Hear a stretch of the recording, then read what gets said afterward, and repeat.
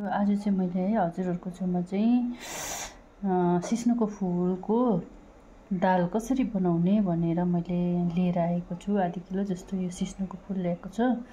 अन्त यो चाहिँ मैले हिजै ल्याएको सुकाएर यहाँ राखेँ है। अब म यसको रेसिपी कसरी बनाउँछ, कसरी झटपट पाराले बनाइन्छ त्यसको बारेमा तपाईहरुलाई म लिएर जाँदैछु। हेर्नुहोस् यो कलिलो कलिलोमा चाहिँ छिप्पिएकोहरू सबै मैले निकालिसकेको छु। यहाँ यो चाहिँ पानी बोइल भइरहेछ हो। अब यसमा चाहिँ सिस्नुको फुल हाल्नेछु।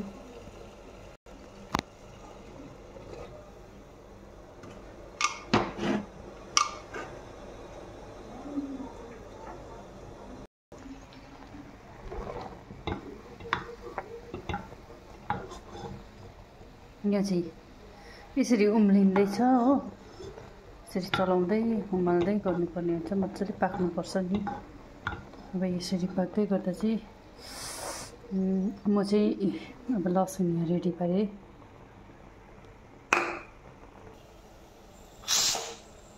यहाँ